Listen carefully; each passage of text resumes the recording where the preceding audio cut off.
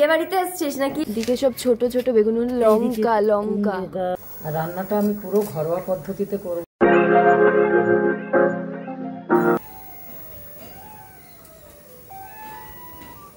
নমস্কার, চলে এলাম নতুন আবার একটি ভিডিও নিয়ে।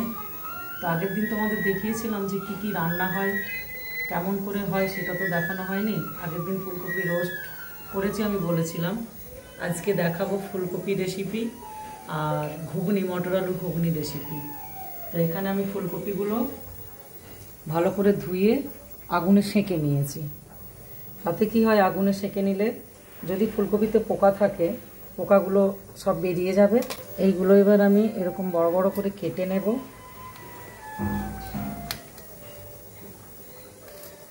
এই যে ফুলকপিগুলো আমি সেঁকে নিয়েছি এইভাবে।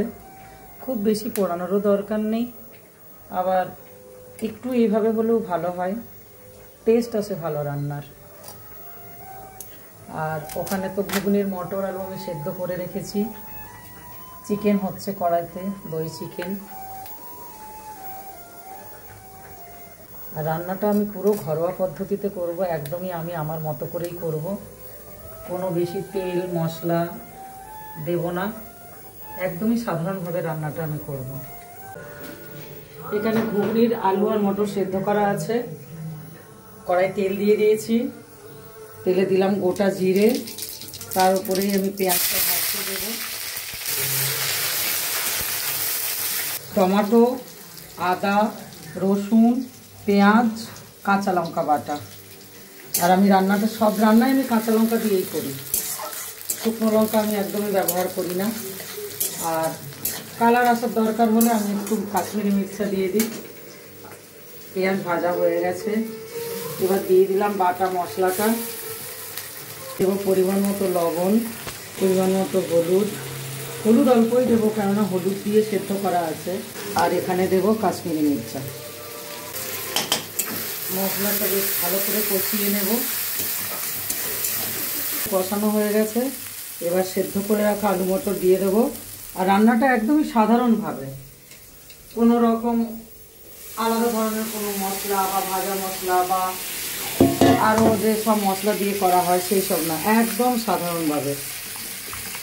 এইভাবে রান্না করে খেয়ে দেখো, খুবই ভালো লাগবে। আর আমার দোকানের কাস্টমাররাও আমার এইভাবে রান্নাই পছন্দ করে। এটা ফুটতে থাকুক, আমি একবার ছাদে যাব, মেঘ করেছে, জামা কাপড়গুলো তুলে আনবো।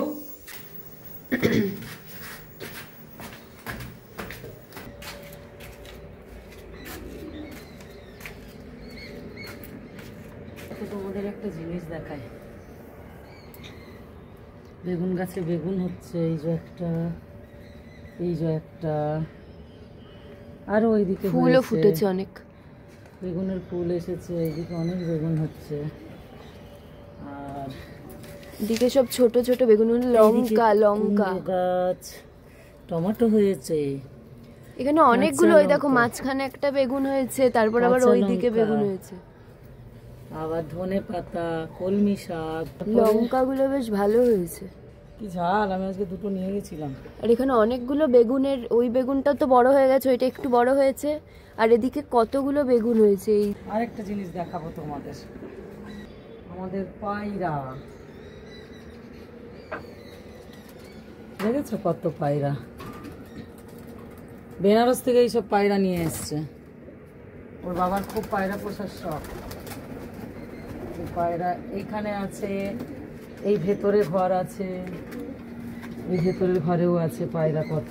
এয়ারপোর্টের অল্প একটু দেখা যেত আমাদের, আরো দেখা যাচ্ছে না, কেননা গাছটা তো অনেকটাই লম্বা। ওই দিকটা পুরো দেখা যেত।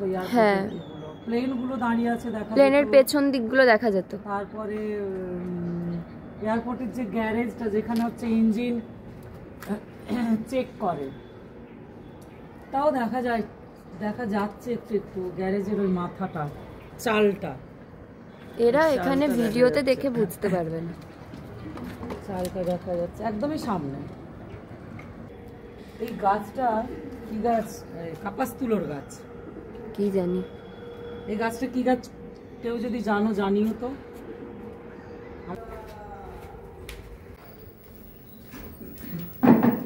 ও সন্ধ্যাদা, একটু হরিবল বলো। হরিবল। তোমার ঠান্ডা লাগছে নাকি? আমার এখানে ঘুগনি রেডি। এই যে দেখো কে এসেছে, দেখো কারা এসেছে। মায়ের ব্লগ হচ্ছে, হাই কর। বলিস না, দেখ না অবস্থা। সেজে গুজে এসেছিস কেন? বিয়ে বাড়িতে এসেছিস নাকি? আমি সাজি। কাটা কাটা জামা পরে এসেছিস, লজ্জা করে না? এই কি কথা, একদম না। এইসব নমস্কার নমস্কার কেউ করে? এরকম করতে হয়। আয় তোকে একটু করি। তোকে তো কোনোদিন করি না, লোক দেখানোর জন্য করে দিলাম। ভালো আছিস? আমি সবসময় ভালো থাকি। পার্সে মাছ খাবি? আর খাই না, ওই যে আজকে রান্না হয়নি বাড়িতে। এই চুপ কর। আমাদের বাড়িতে বলছিস কেন? কেন হয়নি? কে বলেছে খাবে না বাড়ির লোক? না, পার্সে মাছ আছে, অরড় ডাল আছে, তারপরে তোর ইসে আছে। দাঁড়া, আরেকটা কি আছে? এখন এটা চিচিঙ্গা একটা ভাজা। ব্লগের জন্য বলছি। না না, সত্যি চিচিঙ্গা ভাজা। ভাত খেয়ে নে। ও ভাত খাইনি। ইসের মতো হয়ে যাচ্ছে। ফুলকপি গুলো ভাপাতে দিলাম হলুদ আর নুন জলে। আগে তো সেঁকেই নিয়েছিলাম, দেখালাম। এখন একটু গরম জল করে একটু ভাপিয়ে নিতে হবে। এখানে ফুলকপি ভাপিয়ে নিয়েছি। কড়াইতে দেব তেল। ফুলকপি গুলো ভালো করে ছেঁকে ছাঁকা তেলে ভেজে নিতে হবে। ভেজে নেব।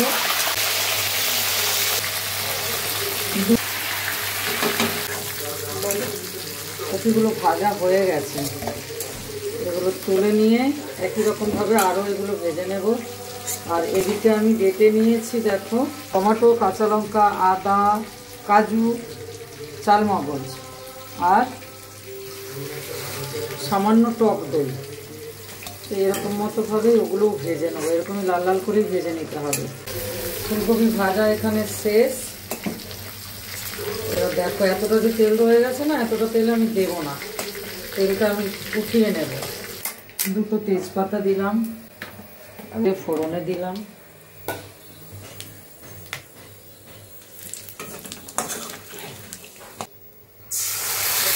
কাজু, চালমগজ, টক দই, কাঁচা লঙ্কা, আদা, টমেটো এগুলো পেস্ট করে নিয়েছি। এতে লবণ দেবো পরিমাণ মতো, কাশ্মীরি মির্চা দেবো। আর এই মশলাটা খুব সুন্দরভাবে কষা হবে। রান্নাটা কমপ্লিট হয়ে যাক, হয়ে গেলে আমি তোমাদের কাছে আবার আসবো পুরো ফ্রেশ হয়ে। তো সবশেষে দেখিয়ে দিয়ে একবার রান্না কি হলো। এই যে ফুলকপি রোস্ট এই হয়েছে দেখতে। চিকেন, ডিমের কারি, তড়কা। আজকের মতো আমার ভিডিওটা এখানেই শেষ করলাম। তোমরা যদি আরও কোনো রেসিপি দেখতে চাও, শীতকালীন কোনো রেসিপি, বা আমি যে যে রান্নাগুলো বলেছি এর আগের ব্লগে, সেগুলি যদি তোমরা দেখতে চাও আমাকে জানিও, আমি সেই রেসিপিগুলি রান্না করে দেখাবো। টাটা।